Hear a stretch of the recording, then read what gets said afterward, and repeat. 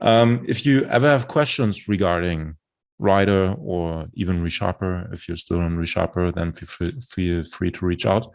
And speaking of Twitter, this was one of the tweets of, well, I hope I pronounced the name correctly, Gregor, I guess, Gregors, with Riders on the Storm. I think that was pretty funny.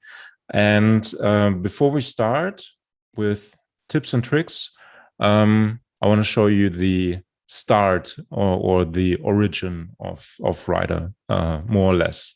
So, of course, there was always, I mean, we got these questions quite a lot. When is JetBrains going to develop an own .NET IDE decoupled from Visual Studio? So in Visual Studio, we have ReSharper. I guess most of you are familiar with that. But we got this question quite often, and this was one of the first prototypes, let's say. I can't even remember when this was. It was before my time at the company. But it had some fancy features already, like in the middle you see. Unfortunately, I can't point to it because I don't see my mouse as soon as I'm screen sharing for some reason. But you see that XML doc comments, for instance, are rendered in a very different way. I think actually IntelliJ has that for Java. But yeah, anyways, that was the first draft. And it doesn't mean that we continue working on that for until Rider finally got released. And I think it was in 2000, was it 16 or 17? I don't remember exactly. But this was the first mock-up of what we would call an own JetBrains.NET IDE. Well, but Rider turned out a bit differently, and that is, I guess, most of the work started for the reason that .NET was supposed to run cross-platform. And what we did, of course, the question was how can we actually run ReSharper, or not just ReSharper, but our tooling on macOS and Linux.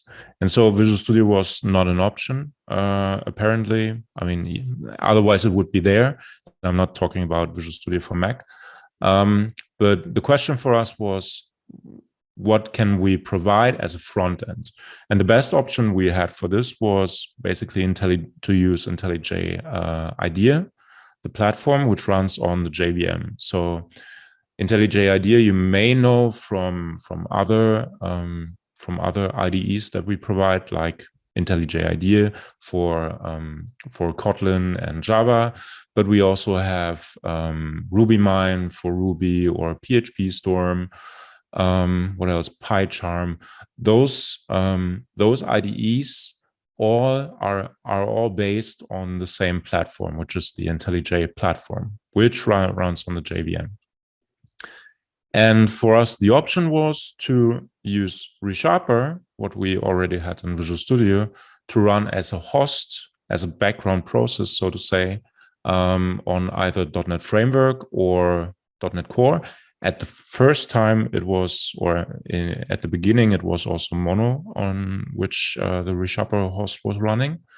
But now we had those two processes basically and needed to connect them. And that was done with a lightweight protocol that we developed ourselves in Kotlin, which is highly into procedural and reactive and all the fancy buzzwords that you could think of for this protocol. And that was the idea for the two processes to communicate with each other. You have the front end and the back end with the ReSharper host, basically.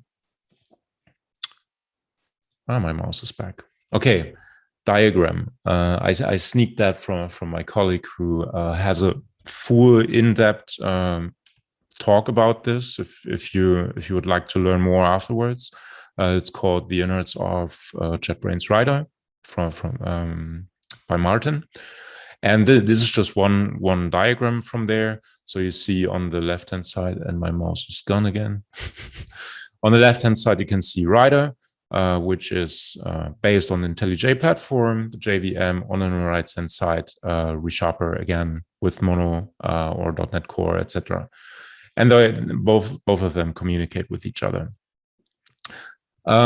So for this, the question is how does it actually work if you work inside Rider? What actually happens? And that is, we will later look at the features, but let's say you want to use a feature, and that could be as simple as a quick fix, something that Visual Studio also has, but you're provided with an inspection inside Visual Studio, and you get the notice, okay, you can improve this code. Then this data is basically sent back to the ReSharper host, and it's just signaled that you have the intent to refactor your code. ReSharper does all the magic, or the language specific magic, so to say, and then manipulates the document and sends back changes, maybe even also provides those information to the front end about what code fixes are available, etc. And interesting fact here is also with the Rider, with the ReSharper backend, I already mentioned this is a separate process, but actually it's a variety of different background processes that we're using. So like a really multi-processor, or even you could call it microservice if it wasn't that big. But there are a lot of processes talking to each other. So at the very end, you can also see XAML preview renderer, for instance, or to make Roslyn analyzers work inside Rider, we have the Roslyn analyzer process. We have a debug process. We also use that for the Unity editor to communicate and provide better integration with people writing Unity games, etc. Also for Unreal, something is in the works. So that's really an outstanding architecture from my point of view. It started even before I joined the company, and it works really great. That's the big benefit. So quickly one back, and I hope this is true today. What I want to say is, due to this decoupling of the processes, we also have the benefit that the UI thread has much less pressure. So we don't need to garbage collect or something. So the usual or the historically approach in Visual Studio, where sometimes you have to kick off garbage collection, but UI thread also stops in this particular moment. And with this inter-process communication, we have a clear decoupling of front-end stuff and heavy language feature calculation. And it should work fluentless. I just say that because usually, when you're with my old MacBook, sometimes even just screen sharing and camera, etc., already cross it to a halt sometimes. But we will see. And also worth sharing, I guess, is what we have in Rider, because of this architecture, is a very, very huge amount of shared code to ReSharper. So this number, don't nail me on the number, but most of the stuff is actually shared. So all the C# language stuff. Originally, we actually also had TypeScript support from ReSharper planned, I think. But then we decided, okay, we better use WebStorm, which is also a separate IDE for all the web technology support. So you see, it's basically like a puzzle how we connected Rider as a product. Yeah, and also the other big benefit.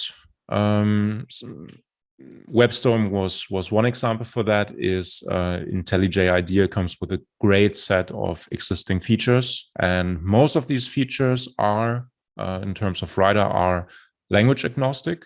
So to speak of version control system integration, for instance, which I will show, which I'm a huge fan of. So before the Rider times, I was a complete Windows guy and used Visual Studio along with ReSharper, and I think my favorite Git client was Git extensions. But since then, actually, I've never looked back. Then we also have. I just want to say Git extensions I still use on Windows sometimes when I don't use Rider, but yeah, it's nice to have this integrated. Bookmarks, of course, custom themes. Okay, I'm not such a big themes guy. Search everywhere.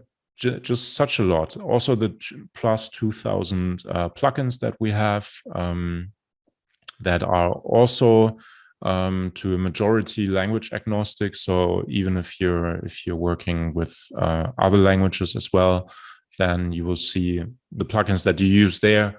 You can also use inside Rider. Okay, and that brings me to demo time. And I will just mention it again. If you have any questions, then be sure to ask me. Actually, I'm not sure if I see any chat here. No, I'm a bit should have looked up first. But maybe you can give a sign of you how many of you are familiar with Rider, and for whom it's the first time, etc. In the meantime, yeah, I see one thumbs up. Actually, where's my chat? Should be here somewhere. Yeah, just so that I see what you're responding. So if you want, feel free to drop in the chat, and I see your responses. Otherwise, I would start very slowly. Okay, recently haven't used Rider, just VS and IntelliJ. Okay. So I will start very slowly, let's say. Okay, responses incoming. I will start very slowly, maybe also cover briefly some basic ReSharper features, just to give you a smooth ramp up, so to say. And I think for me, one of the biggest features in ReSharper and now also in Rider is code simplification. Yes, and that is, let's say, with an expression like this, for instance, you can see there's a lot of going on with negation and negation inside and etc. And Rider and ReSharper, they both make it very easy to, well, and I just want to say, just looking at that expression, it's immediately, let's say, it's not clear what it does. At least you might have a chance that you're misinterpreting. Is it a text full of letters or a text with no letters, right? But Rider and ReSharper make this very easy, or I should actually just say Rider today. And just with the two alt enters, basically we can simplify that. And now this expression, I guess it's much easier to understand. Also, this is still a thing sometimes, and unfortunately, even seasoned users of ReSharper and Rider sometimes forget about this. Like if you're, let's say you copy some code from Stack Overflow, and I would just emulate that by uncommenting. What you can do is just import all the necessary types and namespaces just with the Alt-Enter keystroke, and that's it. Another great feature, and this has helped me also. It's been a while, but I don't know what I would have done without this feature. So let's say, and for this I need to quickly remove this NuGet reference.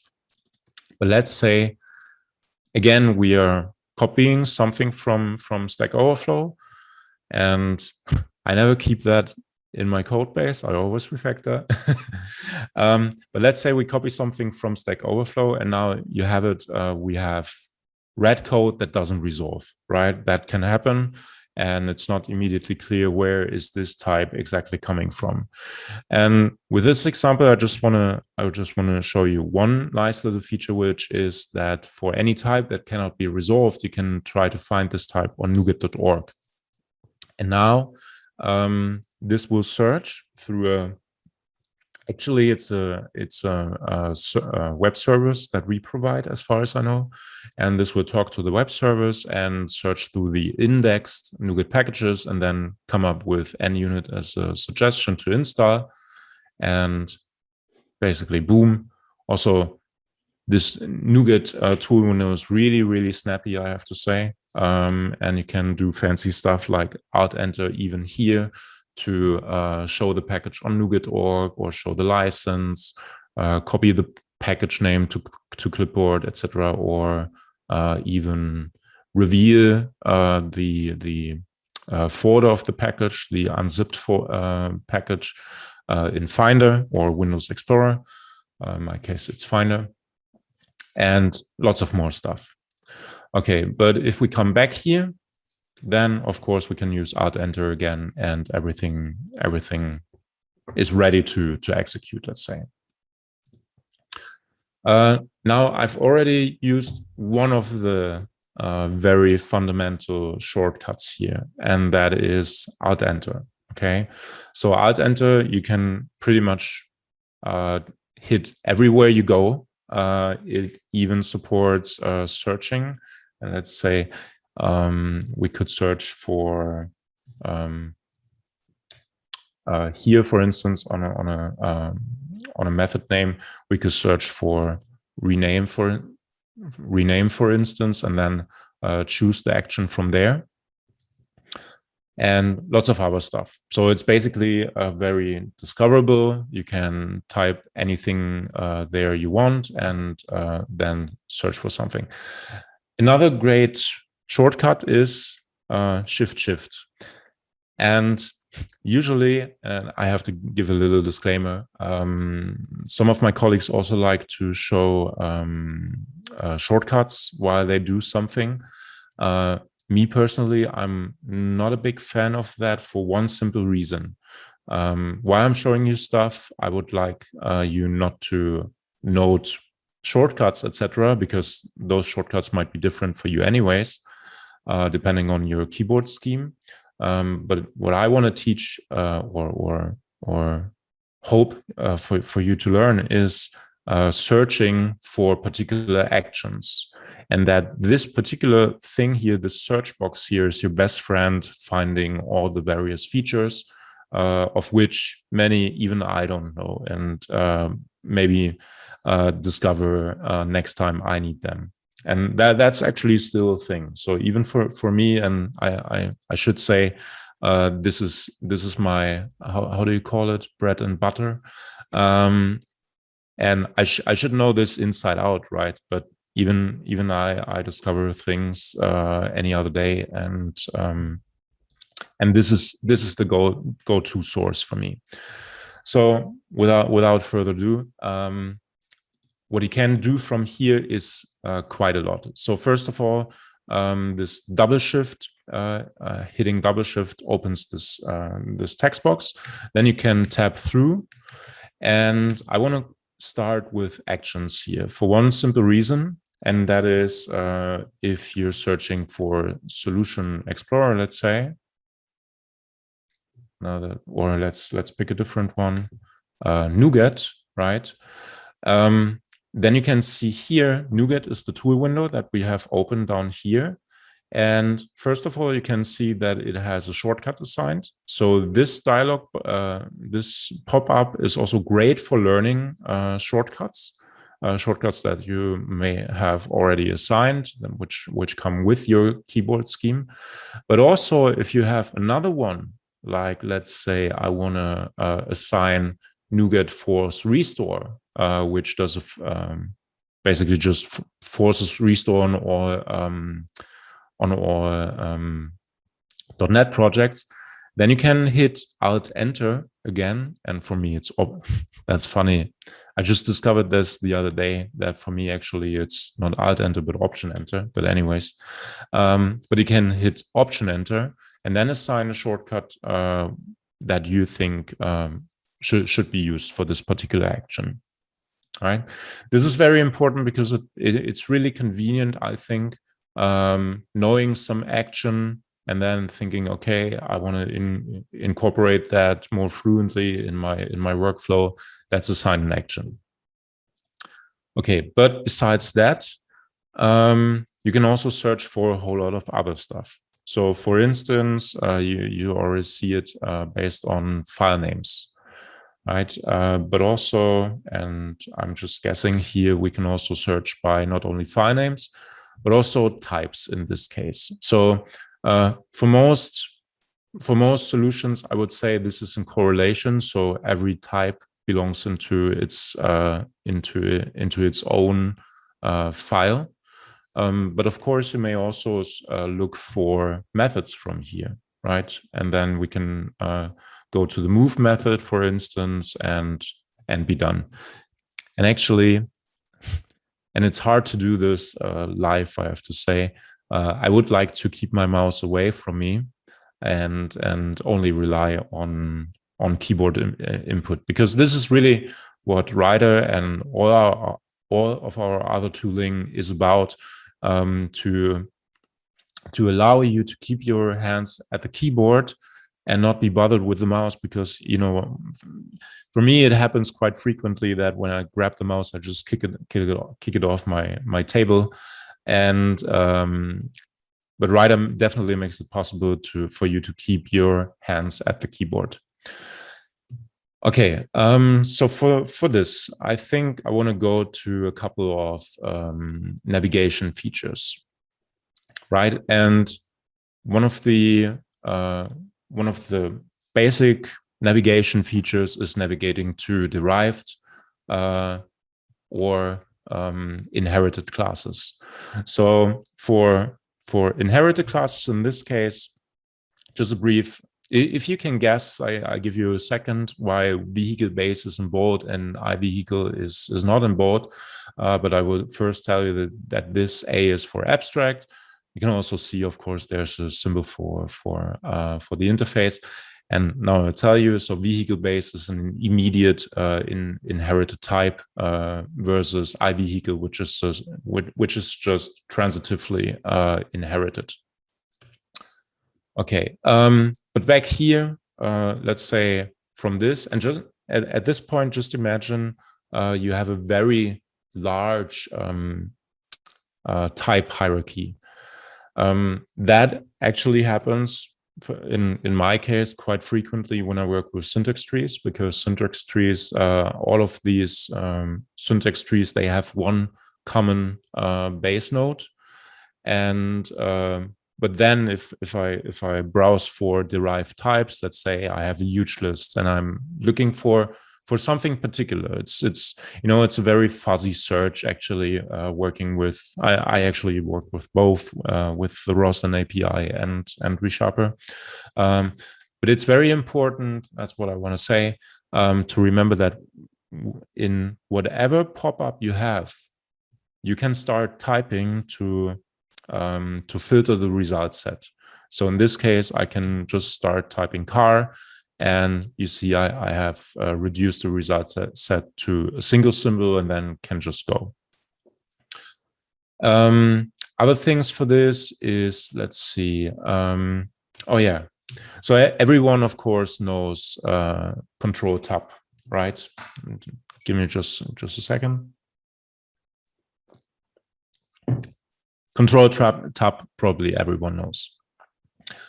But this is not actually great. And well, particularly for me, I kind of worked around that completely.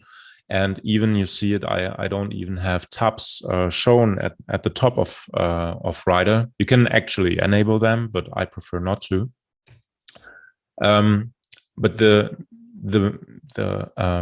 drawback with Control Tab is that at any point I release my keys, I would just navigate to this particular thing, right? So let's go back. The thing that I'm using is recent files. So recent files here in this case, it's for me is control comma. And when I hit that, then I already released my keys.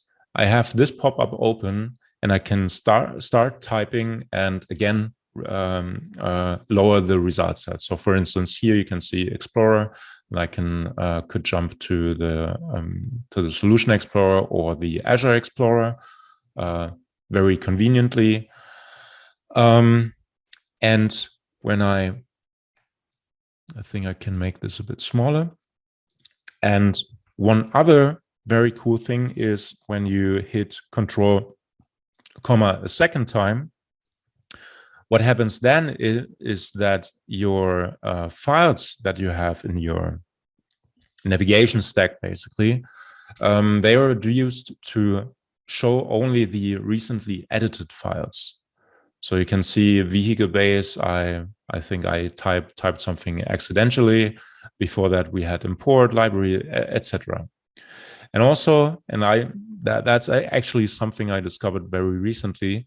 At the right-hand side, you can see there's this little icon here, which says open in right split. So when I do this and it's Shift Enter, then you can see I can automatically open another split window and have them side by side.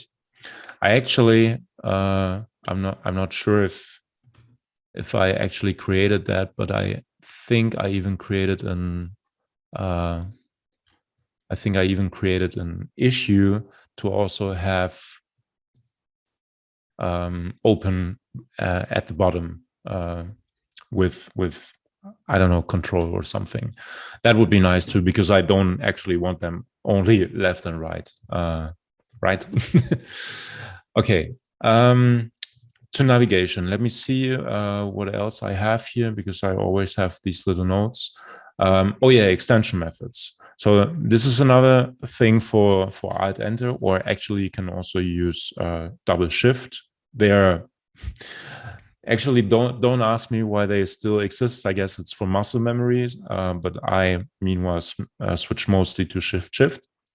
But from here, if I set the context with my cursor, I can search, for instance, for extension methods. And let's switch to the oh, where is it? Extension methods. There it is. And here it was not. Extension. Ah, yeah, there it is. I think I added an additional S. Okay, but from here we can, for instance, see we have this navigation method, which is extension methods, and I can open that and then see all the extension methods for this particular type. And you can see it's kind of sorted. I never knew if this is intended, but I like to think so. But you can see it's sorted from being more specialized to more general. So this is typed for iVehicle, while the letter is generic actually. And again, here I just have to say it, particularly with extension methods. I guess you can imagine how one type can have multiple, which are even irrelevant. And I think I can even filter by something, not just the name, but also the parameter that is passed. And also, no, in this case, I was right, but let's see. Vehicle. No, sometimes, but it's not always. This fuzzy search really helps me a lot. But let's see, object. Yeah, like in this case, for instance, I just want to, it's not everywhere, seemingly, but for symbols, you navigate to from the double shift navigation or search everywhere. It's very forgiving, let's say, and you might still end up where you want to be. Okay, and yeah, by the way, also this is, I think, old stuff, but initial letter search. So if you remember a type that you want to navigate to and you remember the initial letters of this can greatly improve navigation. Also, you can just continue like object extensions and then not null, for instance, you can immediately navigate to the method and stuff like that. Okay. One thing that we recently added is, and by the way, this is also what I mentioned. Whatever workflow you prefer, right? You can, if you're, let's say, more unsure about where to go, you can also hit Alt Enter and then use Navigate to, because from here you can see all the navigation methods that are actually supported at this particular caret position. So for instance, declaration, okay, we are already at the declaration. I think if you navigate to declaration and you already are at the declaration, then it will search for usages, which is also cool. No, now it does. So usages of iVehicle. So even here, and this is also very cool. Just imagine you have a large list of usages, and you remember, hey, I saw this car being used as a, you know, with constructor or object creation, like in this case, new car. Just as an example, you just start typing and it filters the result set. Okay, but the other thing I wanted to say, back here, navigate to base symbol. Okay, we already had that. We could, and that's actually a good point, integer. Yeah, okay, for integer, I'm not sure if I want to look at the decompiled sources, but anyway, we'll do. You could learn a few things actually for that was not so bad for learning about data structures like lists, etc., how they actually work. But the great benefit is also with Writer, you can actually place breakpoints inside those decompiled sources. So even with NuGet packages that you depend on, and they might not have, how's it called, source link enabled for the packages, you can do that. You can step into third-party source and then just debug everything. Okay, I think for navigation that should be it. There's plenty of others like To Do Explorer, bookmarks. We have what else? I think. Oh, where's the rest? Actually, I think. Yeah, initialize search, favorites, type hierarchy, stuff like that. This is actually not. That was a plugin of mine, but yeah, there is a lot. And again, I just want to mention it again. Remember that you can search anything from here, and it sometimes takes a bit of, you know, just like Googling, using different keywords. But ultimately, I was very rarely disappointed, let's say. Okay, what else? Navigation, I would say we can put a check mark on. How late is it? Okay. Next, I would like to look at is editing. Editing is probably my most favorite topic, because editing is all about saving you some keystrokes and keep you focused on what you actually want to accomplish. I will start with just some basic things like working with strings. So for instance, in this case, you see it's a normal string. And I think this was a great addition from Nikita, who's on our development team, that you can just type a curly brace and it will offer you to complete with surrounding variables, any identifiers that may fit there. And so if I complete with ipsum here, then you will see that the $sign for the interpolated string is automatically added for me. I can also, you know, you see it's going out of bounds quite a bit. I can also, just to make this fit, I can just go here and hit enter a few times, and you can see that the concatenation will be done automatically for me. Okay, here I see, yeah, those shouldn't be there, or at least wouldn't need to be there. Actually a good point also to show that we have multi-caret support. So for instance, you could select those and remove them at once. And also, and I will come back to it probably a bit later, you can also use select next occurrence. So this is, again, works without the mouse. Actually, there's also, this way I can also do it from the keyboard.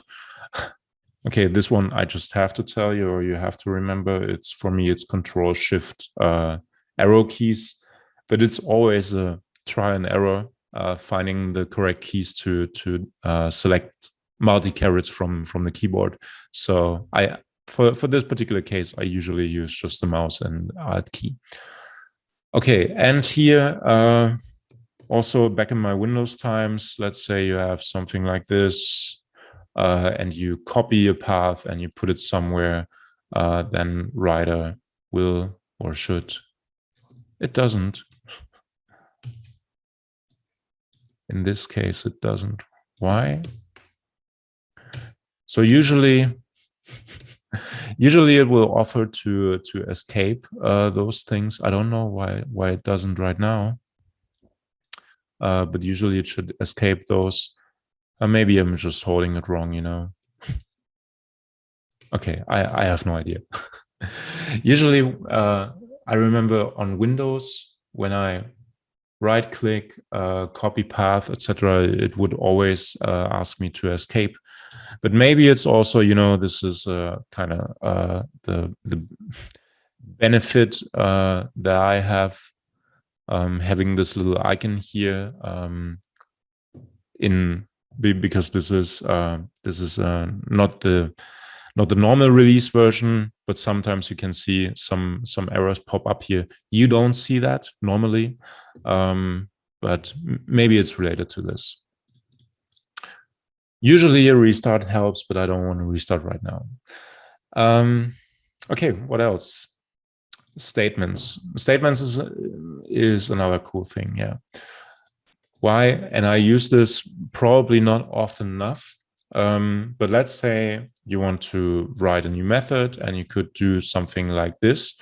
And okay, no, overload, okay. And I remember the time when I was still using the German keyboard, and curly braces are really difficult to type on the German keyboard, so that I ended up introducing a template, which I called just BR, which would write the curly braces for me. Only later I found there's a command which is called complete current statement, which does exactly that and a bit beyond that. So let's say we actually hit that shortcut, then you can see, okay, curly braces are added. Okay, fancy. But let's remove them and put it before there, or the cursor, and you still see this particular thing that I intended is actually done, because it knows, okay, this is a signature.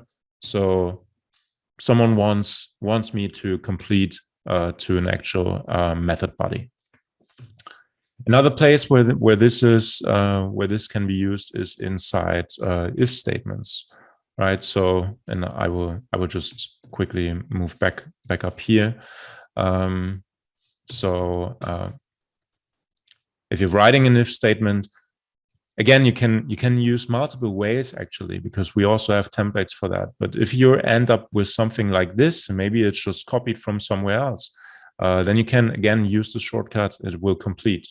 The same is true for a statement that you just have like this. And you can be anywhere on that line, hit that break, hit that shortcut, and will add a semicolon at the end and put your caret to the next position.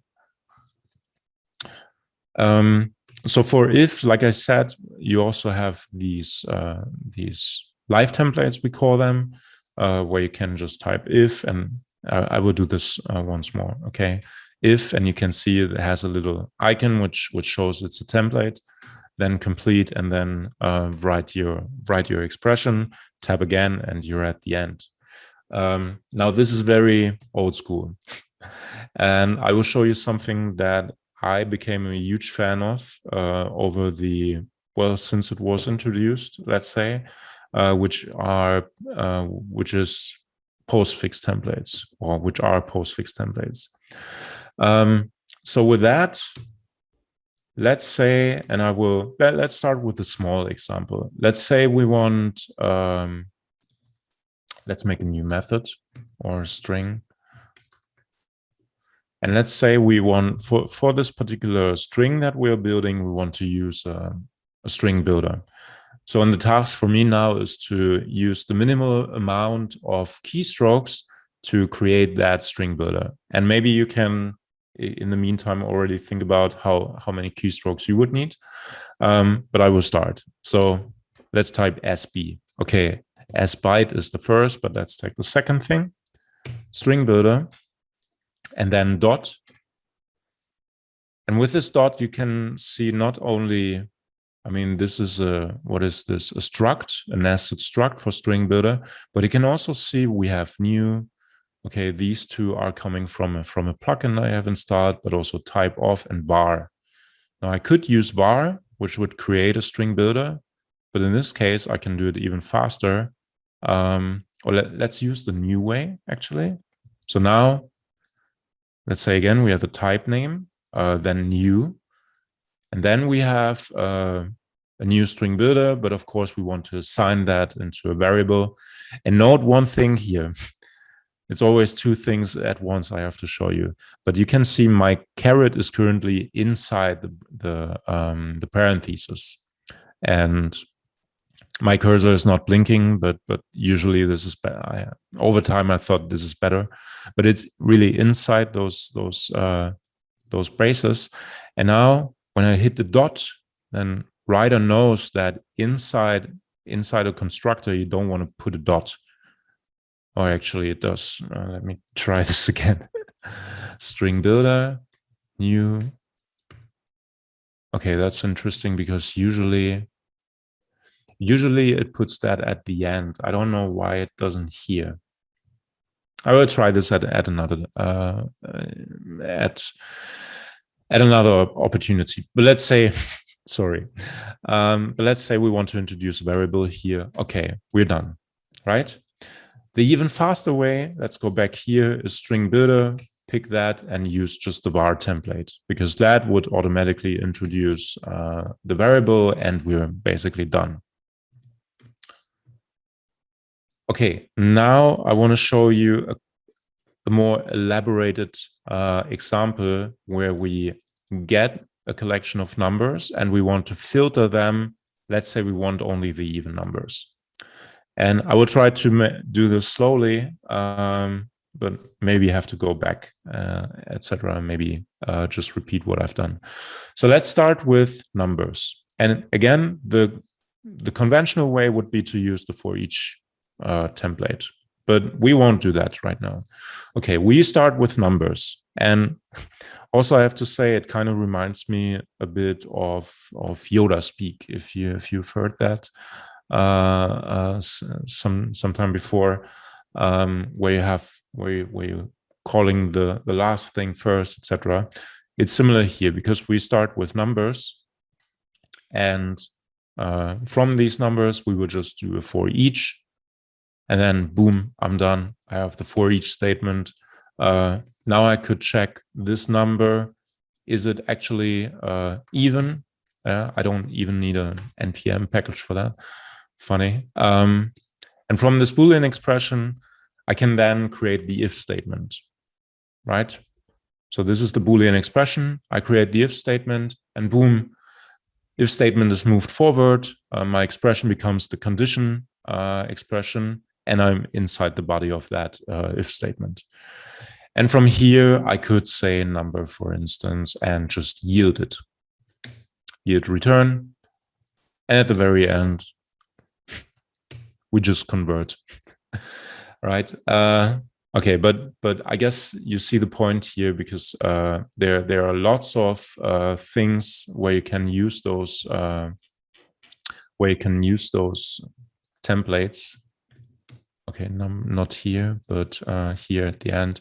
You can also do it inside. I think actually something is broken. I should have I should have restarted right. But usually you should see the var template even here, and then you can introduce a variable from here. Which brings me to my next point, actually, and that is selection. With selection, or what about selection, right? The question, what about selection? When you meet code like this, then my natural response is I don't want to have this in the for each statement. I want to extract that into its own variable, and possibly even multiple variables, and just to see what's going on, and not be overwhelmed with a bunch of where and where, even numbers again, ordering and select, etc. But let's say you have a comparable chain of link statements or something else, and you just want to make it more readable and also more debug friendly. I think that's the point where for which I refactor the most, to make it more debug friendly, so that I can easily inspect what a particular variable should also be clearly named if that name is correct, and what actually happened.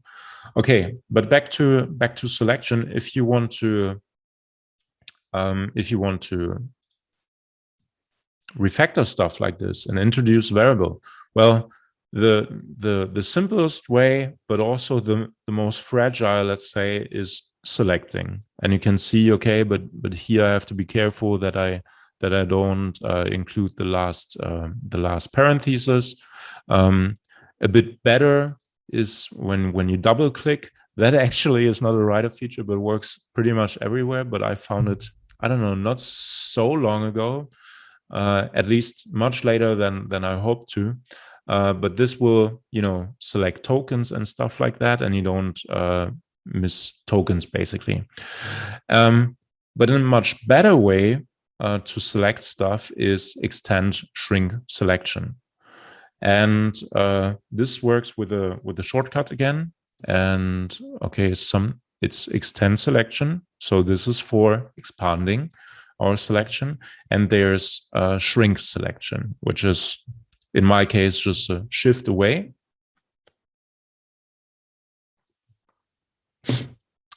And the interesting part about this is that it has some kind of stack. So you can see I started from where, expand selection, then it selects the left part, and note that this is always about the structure of the code. So we're basically selecting or expanding our selection semantically, or more or less about, or better, syntactically, maybe. I don't know which word is better, actually. But we're always selecting the next meaningful item here, or text range. So I can go up to the for each statement. Now I select the full method body, and now I select the full method, now including comment, class, namespace, including using. So from this point, I would say just use Control A to select everything.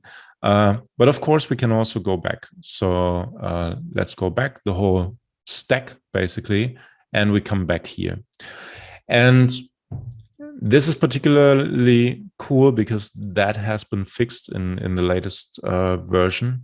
Because before that, it would first select this, and only afterwards it would select this part here. But I guess it's really something that can happen often, that you want to remove, like in this case, a filtering or a filter call from a longer chain of methods, and then you can just do this and be done. And actually, you can also navigate here with just the tab. So in this case, I'm just using tab, and this is called structural navigation. And this also does a traversal, basically, of the abstract syntax tree, and you can see the visual representation of that. And for that, actually, it will also, oh no, I think so. Some minor things are really not working because I strongly suppose it's because an exception has been thrown before. But usually, if you would remove that, it would also remove the dot, the additional dot. And just let me quickly check something. Okay. Yeah, I don't want to restart. When something doesn't work, I would just tell you how it's supposed to work. Yeah, that's the best. Okay. What else? Yeah, and of course that's where we stopped. When I have selected this whole expression here, then I can just call the introduce variables refactoring. So from here, for instance, introduce variable, or let's say variable. So I find it easier. Where is it? I don't see it. Introduce local variable. Or is it this? Introduce variable. I don't know why it didn't find that one. Okay, you know what? I think I will actually restart Rider because this is not acceptable. Okay, let's see. At the same point, of course, I can also show you how fast it should load.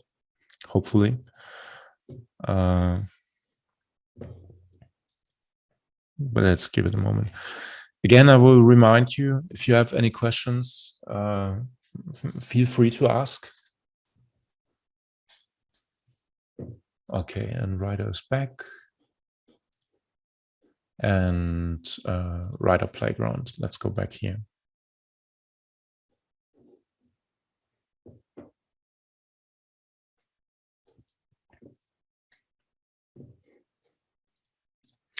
Okay, now this solution is not really big, but still I managed to probably show you because it's still taking a bit with screen sharing and stuff like that.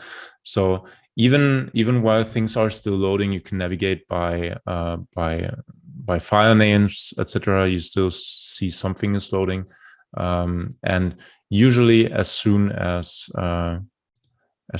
colors come back. Come on, colors come back. I am. As soon as colors are coming back, then you know that also the semantic model has finished loading.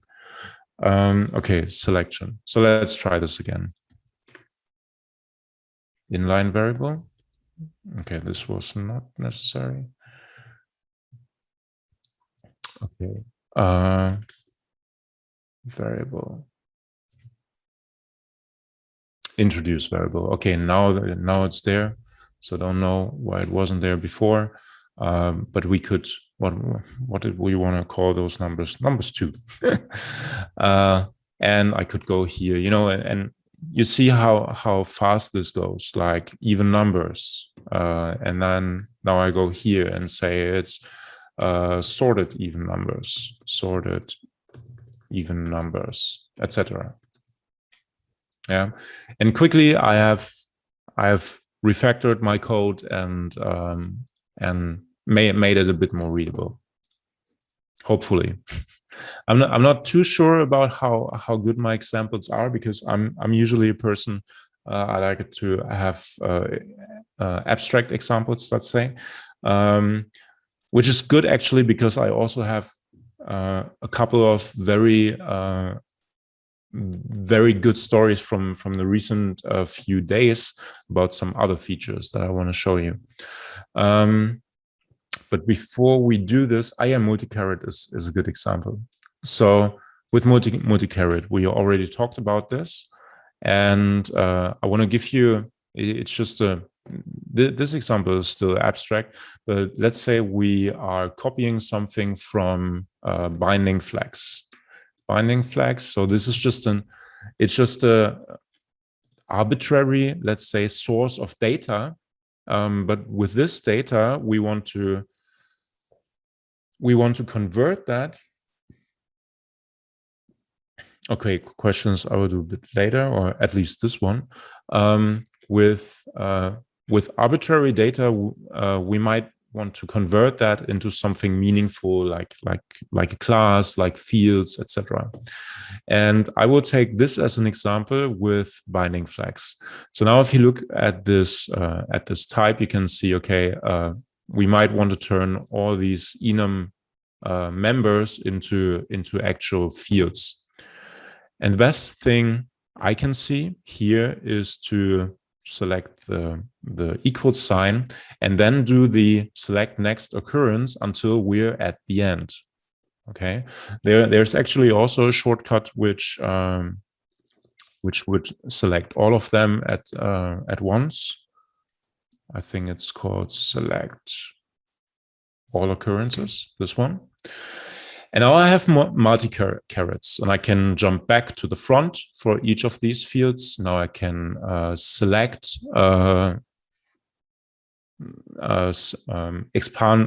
expand selection, so that thing that we just looked at. And now I have selected all the names of the enum enumeration members. So now I could back, and I hope I have actually, I copied them. Now we can go back, for instance, copy them here, and usually, okay, I want to put them all at the front and then use multi-caret again. And then I could do something like private, and let's say this is just a bool, yeah.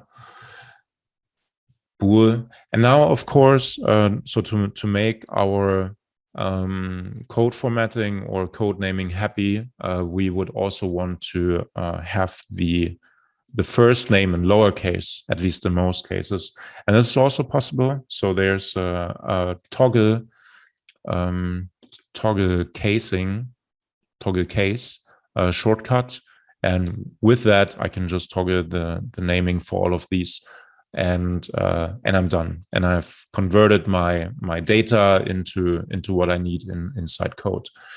Another good example, and I actually, let me see. Let me quickly open something here meanwhile. Google Docs. Okay, just at the side. But I will, in the meantime, I will also already give you another good example. At least I think so. Solution files are a pain to work with, right? I think we can all agree on that. And if you happen to want to remove a project not by going here and right click and remove, etc., but through here you can actually also do that. But you may want to not forget to remove these entries as well, right? Because this would be dead code otherwise. So in cases like this, what I do quite often is to select the GUID down here. Then for each of those lines, go to the front and then remove this line. And now I just had to remember to also remove the additional end project. But besides that, this is a really it's a language agnostic feature, but it's really reliable in terms of you want to select text that is in the same or written in the same way, and that can be a big advantage. Give me just 1 second, or I'll look something up. Exactly, but I need another solution for that to show. Okay, so this is my own little project I'm working on, where I test my skills basically. Yeah, let's wait a second. And again, this is quite huge actually. So it has lots of generated code also. Couple of 250,000 or something generated lines of code, plus my own code, 5 lines. No, not just 5 lines. But this is quite huge, and you can already see while it's still loading, I can actually type something and could continue a review or something. Okay, but the thing I want to show you, and this is like a real world example of this multi-caret, is single or default or error. So a couple of days ago, what I wanted to do was to convert this method, and it's an extension method. It's a single or default or error, and the error is basically just to check if there's not multiple elements that fit the predicate, so that I have a nice little error message for that. Now, I was looking at this code, and particularly those two methods, because one has a predicate, the other has just a message. And I wanted to have this as well for single or error, so without default. So I wanted to have one case where I can be sure that I actually have a single item. So what I did was copying that. So now I have those methods duplicated, and all I did in this case was selecting single or default. Then I went through, selected all the occurrences, and just typed single. And that was it. That's just one example where this came in really handy, and made adding new methods quite easy based on something existing already. Just for you, and again, I just want to say this again, to keep your focus on what's important and not be bothered with these, let's say, code monkey tasks, more or less.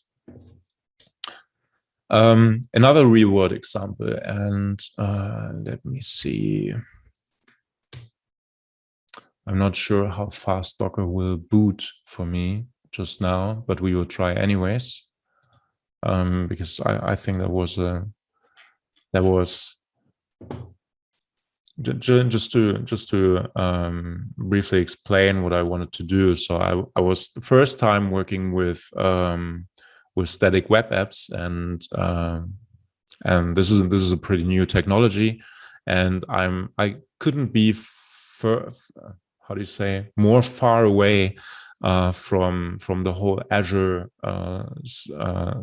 thing and technology, and I'm slowly getting in, but for a very long time I had no idea, because backend and stuff like that, and syntax traversal or working with syntax trees, that's basically my thing. Yeah. And build automation also. So this is actually the project I'm working on, but I had absolutely no contact with Azure. And also Docker is, for most part, I would say, kind of black magic for me, except from the usual things, you know. So, but let's come to the thing I want to show you. Docker is integrated. Again, that's a feature coming from IntelliJ, and we can see we have. Okay, I have quite a lot containers here, but let's start one of these containers.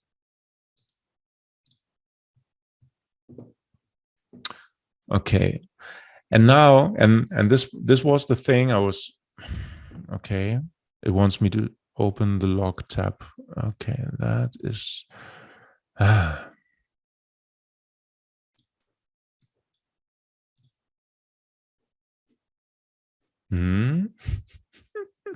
Okay, it's always for a couple of seconds. I have no idea. Don't ask me why, but it's a demo effect, I guess. But with this Docker support, I can, maybe I should just keep clicking, but with this Docker support, I can also navigate. Impossible. I can also navigate inside the file structure of my containers. And what I did there is, I was looking for a particular assembly, because it felt like it wasn't behaving correctly, right? And then just from this files tab here, just from this Files tab, you can then just go there and download one of the files from there. I think something is weird. You can see this. It's always selecting this tool window, and I have no idea why. Yeah. Okay. But you can then download files from there, actually, just from the Files tab. And from here, as soon as it's downloaded, we could actually go there and view it in Assembly Explorer, and then decompile it. And I was actually able to find a bug because of that and work around that. And that was just a great experience because, otherwise, without this whole tooling, I would have gone to map directories with Docker, and I'm not really proficient with it. But the tooling around that made it real easy. Okay, that was my Docker success story. Since we are here with the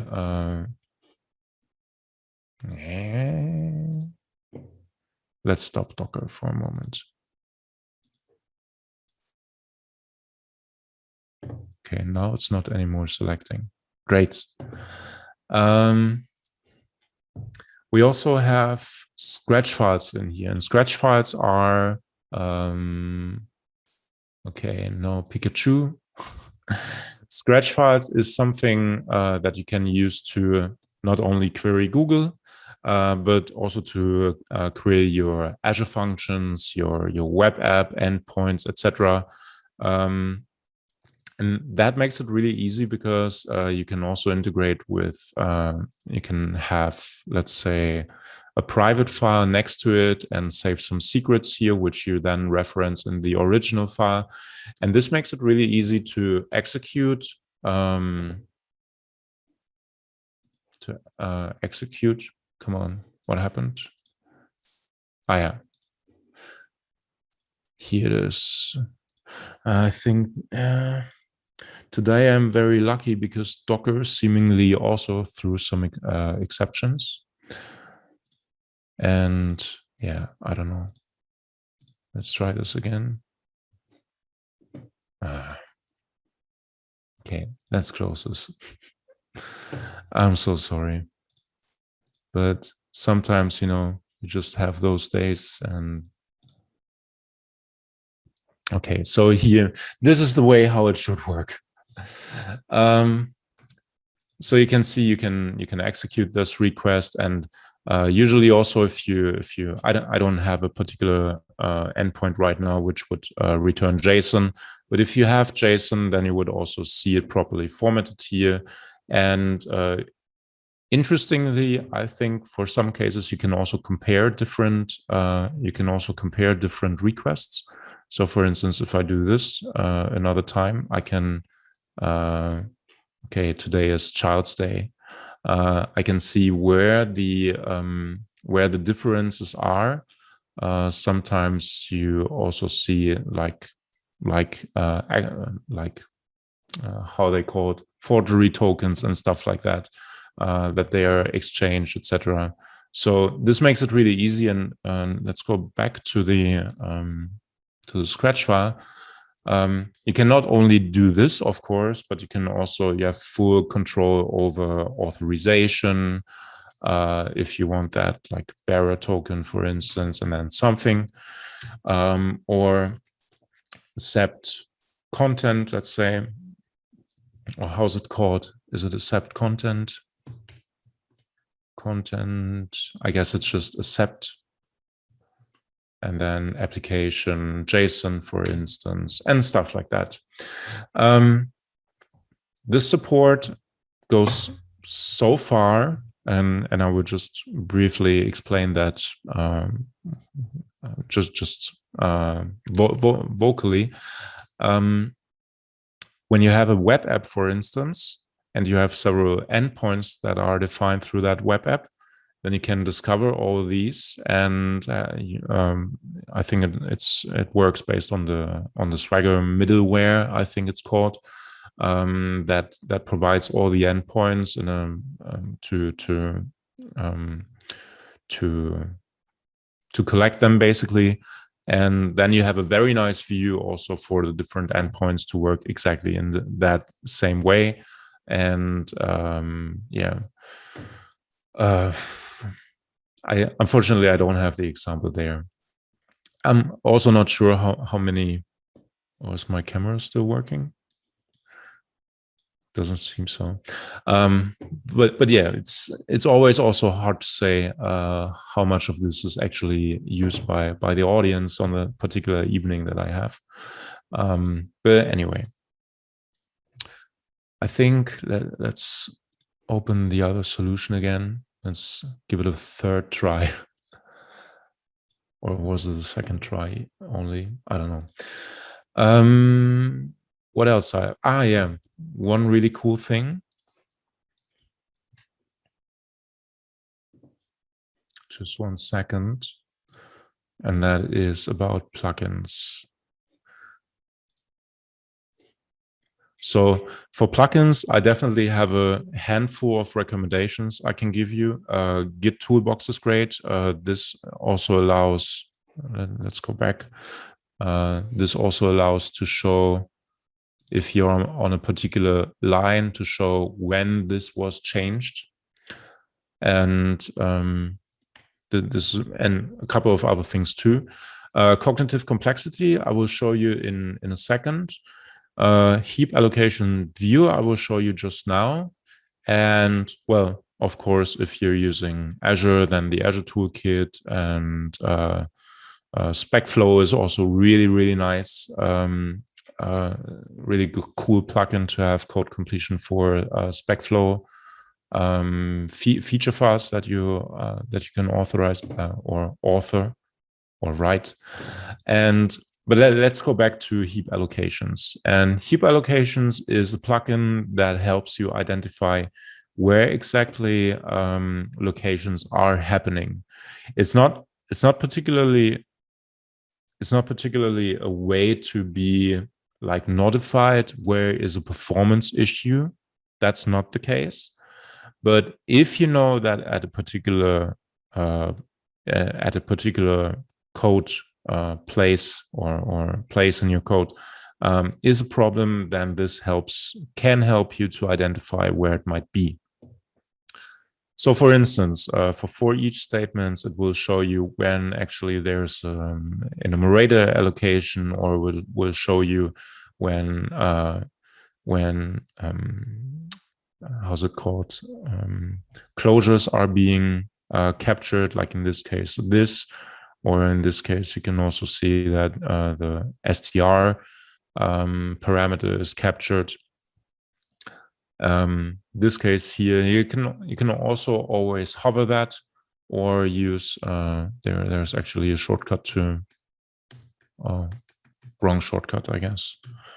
Is it this one? Yeah. To show what exactly is wrong at this particular spot. And also here, string concatenation, or when something is boxed. So you can see this pretty quickly. And for that, also this is not something I can show you because it takes a while. But Rider also comes with the dynamic program analysis. And this is pretty cool because it can actually detect, if you have enabled that and then you run your code, this thing can detect issues in your code. For instance, like this. Just imagine you have a very tight for each loop that runs a couple of thousand times, and you have and you capture a lot of data there. Then cases like these would be found by DPA, and you could just go there and see, okay, I can already guess because it's a closure allocation. Another thing, cognitive complexity, I already mentioned. Let's do this afterwards. Another thing I wanna briefly mention. Yeah, this is also a perfect example. Writer comes with and ReSharper also, so basically just borrowed more or less, comes with a great set of inspections. So for instance, in this case, it says strings is enumerated multiple times. And it shows this as an error even. And the reason why it shows this as an error is because I configured it to. So per default, it will be a warning. But this is really important for you when you want to get the best out of Writer, particularly the code inspections, is to go through the different code inspections and assign the severity that you want for it, that is important for your team. So with multiple enumeration, because this has bitten me quite a lot already, I at some point decided to make it an error to always notify me, because it's not as bad as a compilation error, but if you don't see it, then can have very severe effects, sometimes hard to debug. And yeah, so I raised it to an error. And if you do this, it's really recommendable to save, particularly with severities, it's really recommendable to save these to the team shared layer. Same goes for, let's say, code styles. So if, for instance, the naming style you want to have, or how braces should be shown, all that stuff should be saved to the team shared layer. Okay, but back here, stuff like this I can easily fix. I just go there, Alt Enter. We had this already. This here is also another good example. Order by descending. If you do it twice, then the first will be overridden or has no effect. Basically, this should be replaced. But actually, what I wanted to show you, here. C#8 features. Okay, C#9 is of course also starts, or C#10 is the upcoming, right? And C#9 was the one before. So this is these are just examples, right? So C#9 is also very well supported. But for C#8, let's say, there was the introduction of the index from end expression.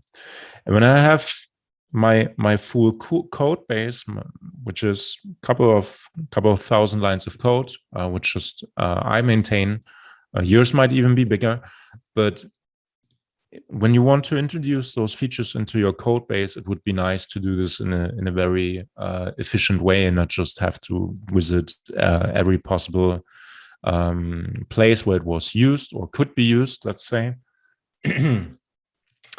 And this makes it very easy, because all these quick fixes, or for most of them at least, you can choose to apply them for the whole solution, project, folder, file. And when you do this, then, so usually it would take a bit longer, because in this case it's a single file where this happens. But this will then go through your whole solution and actually apply this quick fix to everywhere it can be applied. The same actually also goes for, let's say, for this thing here, unused usings. Meanwhile, I don't give anything about it. About unused usings, but if you want to remove them, then here is also the best place. If you go to one that is unused, and you can just say, okay, remove them everywhere, it will just go through the solution and remove them everywhere. Here with using statements, for instance, you can convert them to using declarations. Again, here, for the whole method, we can do this to not go through an alt enter. And the same with when I want to make it async. Then you can see I have a bunch of things popping up. So here again, I can use in the whole method. Same with that. Yeah, with async enumerable, for instance, it also makes you aware that you can pass a cancellation token. I think that's something that is easy to miss, that you have a cancellation token, but you didn't pass it. Also, it will notice that with methods that explicitly accept it, like in this case. So also here you can pass the cancellation token. And with that, I would say let's go to cognitive complexity. I'm sure most of you have heard about how's it called? Cyclomatic complexity. But cyclomatic complexity has one big issue, and that is if you look at these. Give me a second.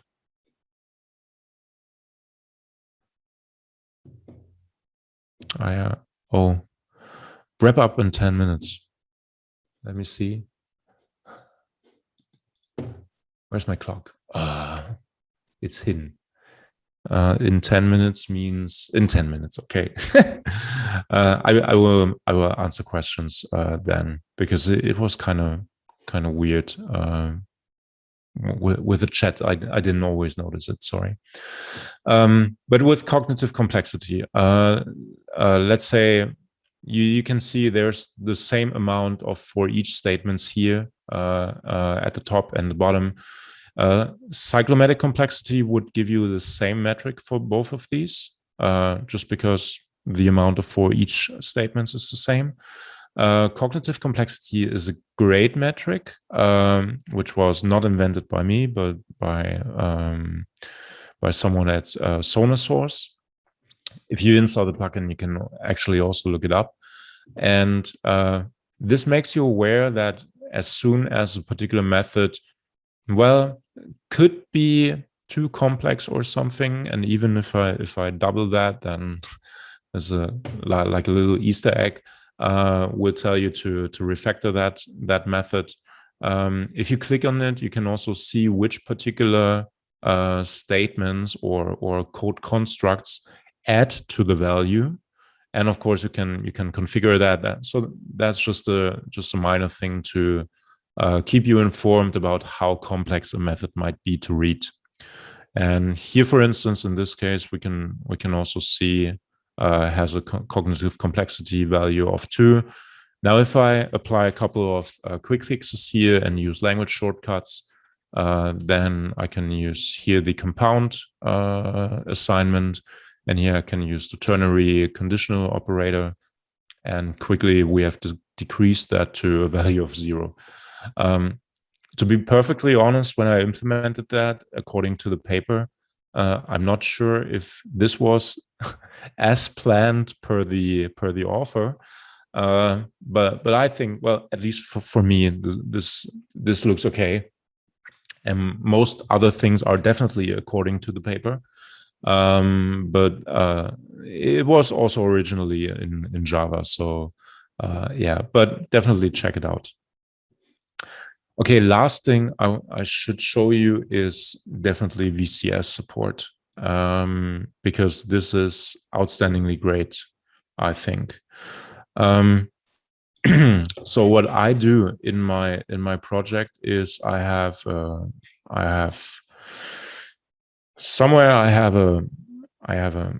repository with the main solution, and inside that I also have, let's see, actually we should open that.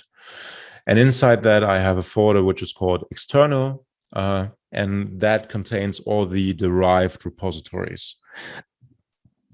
Now this is not particularly, give me a second. Now this is not particularly a matter of submodules or something. They just happen to be there. So it's not exactly the submodule dependency that I have there. But when I go into my VCS support, then you can see that it knows about all these repositories that are below my root project. I can also hide this, of course. I can also let me show the branches that I have, local and remote. This is this right here is only for the top repository, or most of them at least. But you can also see here external, for instance, this is a separate repository. So I usually have this hidden, but here this works really great with search, and it's really fast, because I mean, even with bigger repositories, because the whole log is basically indexed, and that makes it very fast with search. We can also, of course, search by branch, user. With user, it's also pretty cool because you have completion for that, so you don't accidentally miss something. Particularly, what I also like is select and tree, because from here you can filter commits by what files they have affected. So, for instance, if I want to show only the commits that affect the build folder, then I can do this, and you can see here was a file changed, or I go further. This is also under build, etc. So this again makes it really nice to find what you're actually looking for. And oh yeah, and I should not forget the ultimate thing with source control. Let me just go. Actually, it doesn't matter where I go, but what I want to show you is the VCS operations quick list. So again, just VCS operations here, because this is really it gives you all the different all the variety of things that you might need at your fingertips with a very nice little pop-up. So for instance, we can commit even from the current file. So if you have a bunch of changes and one of the changes happens to be in the current file, then you can say, I just want to commit the current file, as opposed to commit, which would select all of them, or most of the changes, in most cases at least. We can quickly roll back. We can show the history for the current file. Git blame we can use. Also, and you see on the left hand side, when I want to switch branches, what I do is just hitting that shortcut, then hitting 7, and then I can search for my branch, something like this. And this also has the remote branches available, of course. Then I can either go to the right and choose one of the options, or I can just stay here and hit enter. That would also check out that particular branch. You can also mark some as favorites. Then those should be or are a little bit easier to identify and highlight it. Okay, let's remove this again. I think even, let me see, space should also, yeah, space actually works to select to make something a favorite or not. Okay, one last thing, and I think that's the killer feature. Let me just think if I forgot something about VCS. Yeah, maybe one thing. Let's have two things at the end.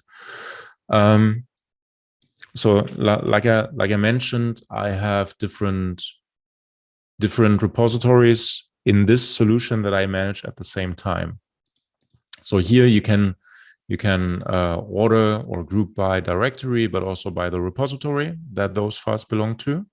So I could also remove this, for instance, repository back on, or like this, no directories to group by. And you can see this one here is called default change lists. Now, the thing about change lists is that you can have multiple. Well, you have one default, but you can also have others. And let's say I have a secrets change list. And now let's go to build because I know there should be a secret somewhere, or maybe not. But let's say I have a secret here, right? Which I use somewhere else. Now, this is of course not exactly great, but sometimes we just have to deal with that. We have secrets for a little while sitting in our working copy.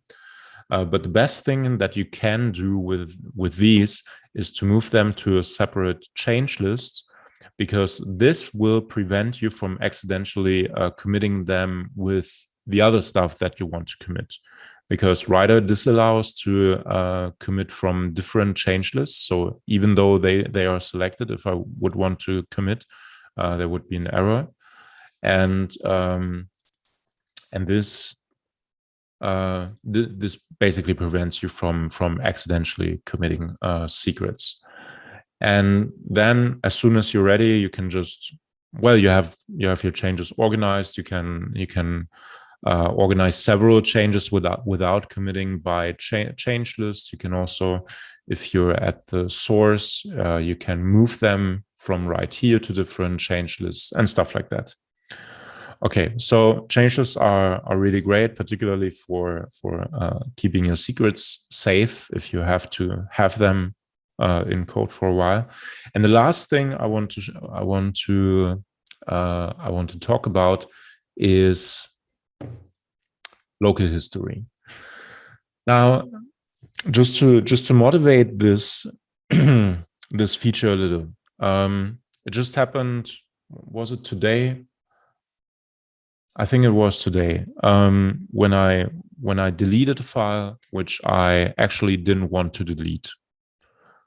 Or it was, in this case, it was not a file, it was just some members from a class, and I didn't commit. And I thought this is trash, so I can get rid of it. But it turns out I did some other minor mistake which prevented this trash from running.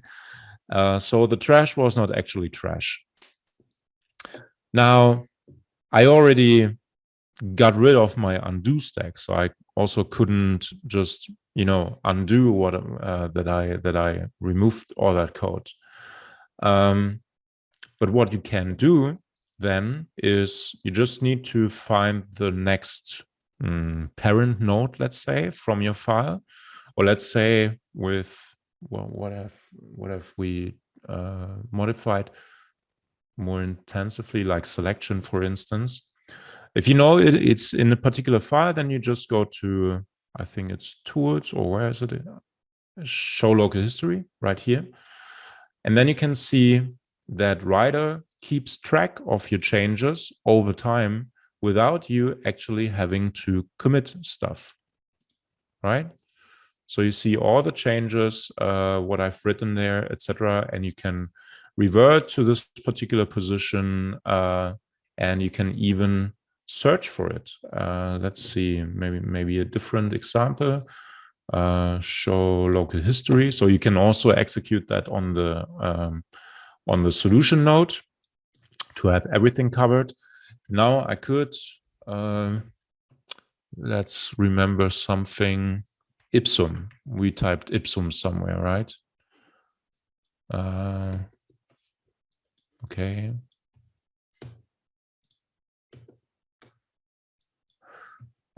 What was it? What did we have? Let me think. This letter.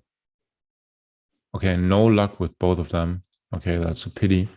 Okay, then let's go back here with this example.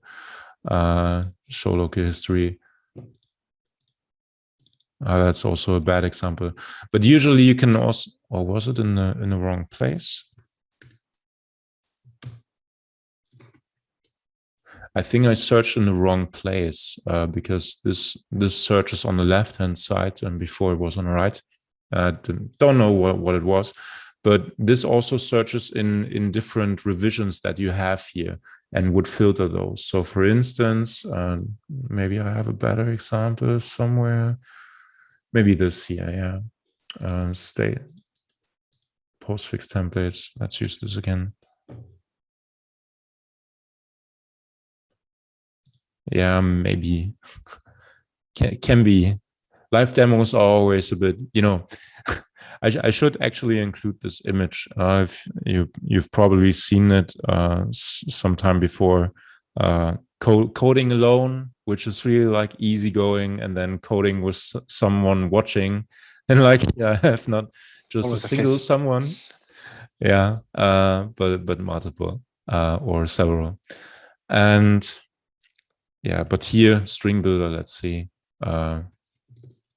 So apparently it's in all of these, but usually it just selects those and filters those, and then shows you where a hit is, and then you can restore. And that has helped me at least 3 times finding code that I thought is lost already because I didn't commit, and it's just a really great lifesaver. Okay, with that, I would say let's wrap up with the demo. I would go through the questions that I have here.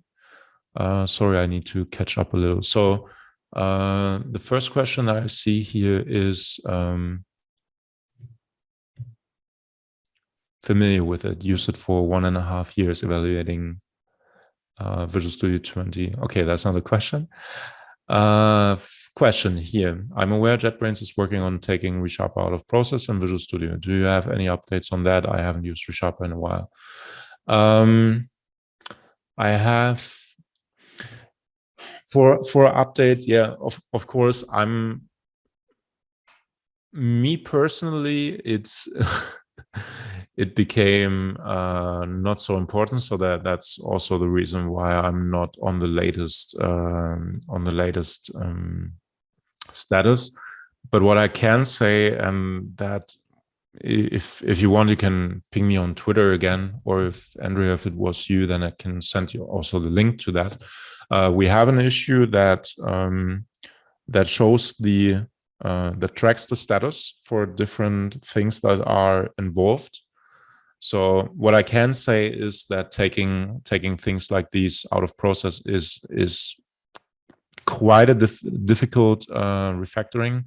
That's also why it was done. And I know this has been going on for quite a while, but it is really complex because we were sitting there basically for over 10 years, not having to do this refactoring.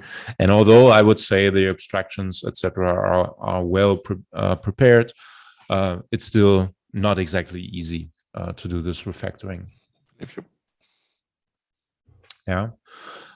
So I can share the link afterwards for that issue.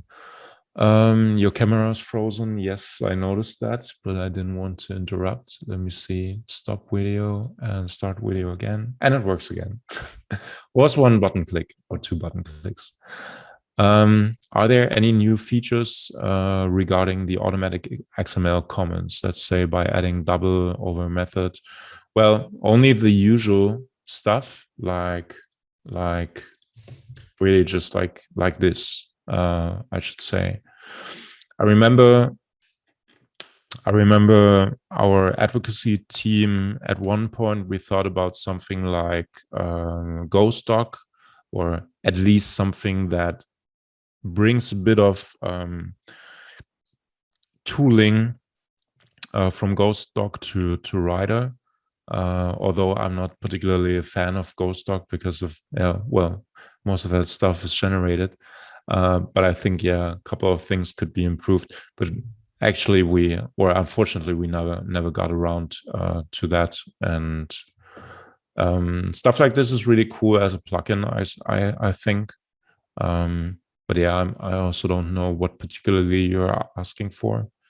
So also let me know if you have anything more. And then you did it in another writer session that you closed, maybe. Yeah, but great. And it was a pleasure being here. Oh, thank you. I really appreciated your talk, Matthias. And of course, you all know how to reach him. You're available on Twitter if someone can ask you any questions. So thank you very much for presenting. There we go. We shared his handler. So